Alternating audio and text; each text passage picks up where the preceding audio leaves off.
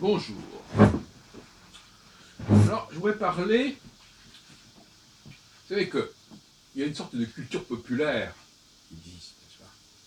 Les gens ont dans la tête certaines choses. Par exemple, ils sont très sensibles aux contradictions, aux exceptions. Dès qu'ils trouvent une exception quelque part, ils disent que la loi est fausse, par exemple. Dès qu'ils trouvent une exception quelque part, ils disent ah oui, mais ce que vous dites, c'est pas valable dans ce cas précis. Voilà, etc., etc. Donc ça, bon, c'est bien quelque part de rechercher des contradictions, mais ce qui est amusant, c'est que ces contradictions qui sont décelées par l'intelligence ne parviennent pas aux bonnes conclusions. Les bonnes conclusions, ce serait de dire, il y a eu un élément d'interférence qui est venu perturber la cohérence du système. Non, il préfère dire qu'il n'y a pas de système. Et là, il y a une lacune majeure, je répète encore une fois, dans l'épistémologie populaire. Ça m'intéresse beaucoup la façon dont les gens, non pas raisonnent, mais comment on leur a appris à raisonner, et quels sont les critères qui, presque immédiatement, spontanément, viennent à l'esprit. Et j'ai remarqué que ça n'est pas le réflexe de dire « Ah, il y a eu quelque chose qui ne va pas ». Et pourtant, dans les tests de quotient intellectuel, ou même dans un certain nombre de jeux cérébraux, on nous dit détecter l'élément intrusif.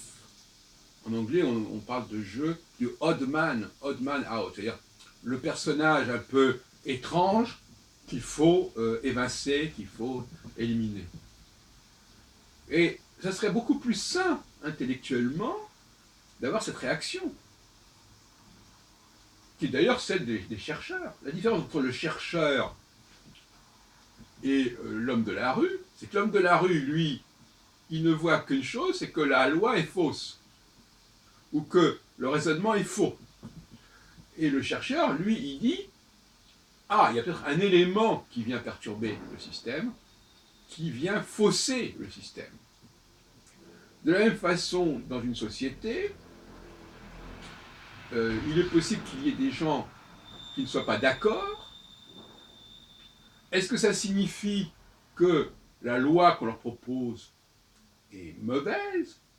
Ou bien est-ce que ce ne sont pas eux qui sont en décalage par rapport à la société et qui donc perturbent l'opinion générale en vigueur du fait de leur étrangeté, etc. Voilà des questions majeures. Et comme vous le savez, moi j'ai répondu par l'alternative qui consiste à dire il y a des éléments de perturbation. Bon. Est-ce à dire pour autant que toutes les lois, il y a toujours des lois derrière, il y a toujours une cohérence derrière quelque chose? Oui, quelque part. Une cohérence qui a pu être corrompue, qui a pu dépérir. Ou, plus exactement, et ce qui est encore plus compliqué, une cohérence qu'on ne voit plus. Parce que ça aussi, c'est une option intéressante. On va dire, on ne voit pas le rapport entre ceci et cela. On ne voit pas le rapport jusqu'à preuve du contraire.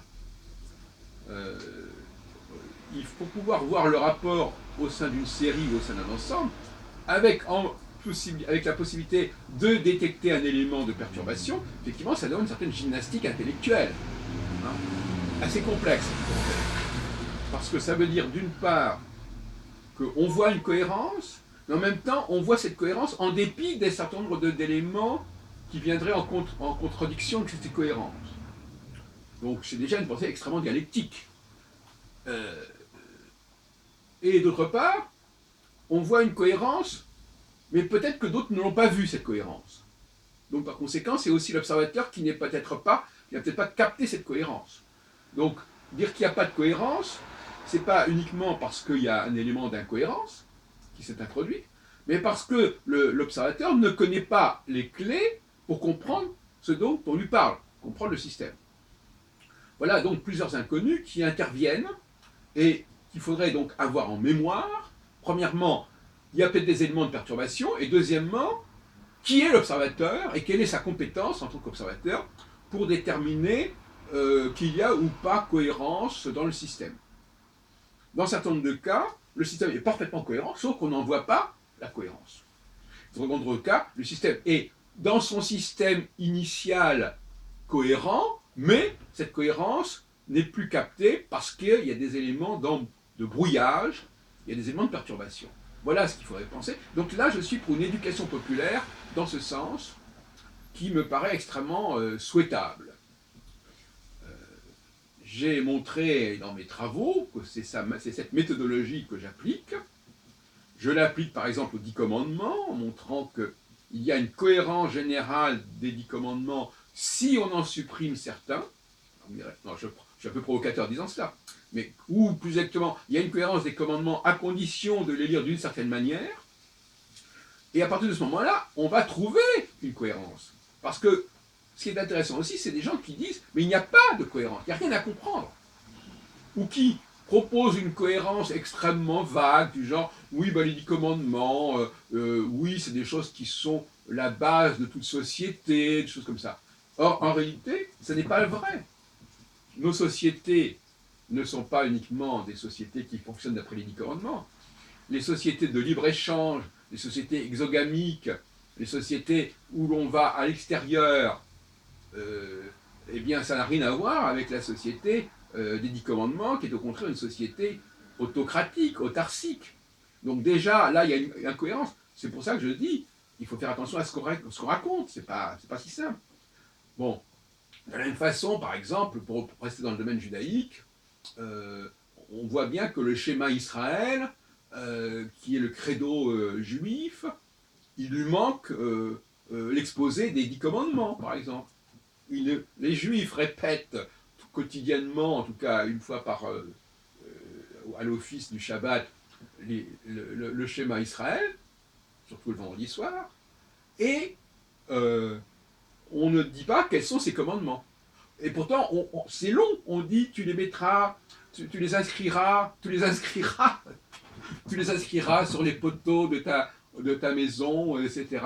Tu en feras référence dans ton habillement, etc. Mais on ne nous dit pas ce qu'il en est. C'est quand même hallucinant. Bon. Donc là, il y a une cohérence qui ne fait sens que si on rétablit un élément manquant. Donc là, il ne s'agit plus d'un élément qui est en trop, il s'agit d'un élément qui manque. Et cet élément qui manque ne permet pas de percevoir la cohérence.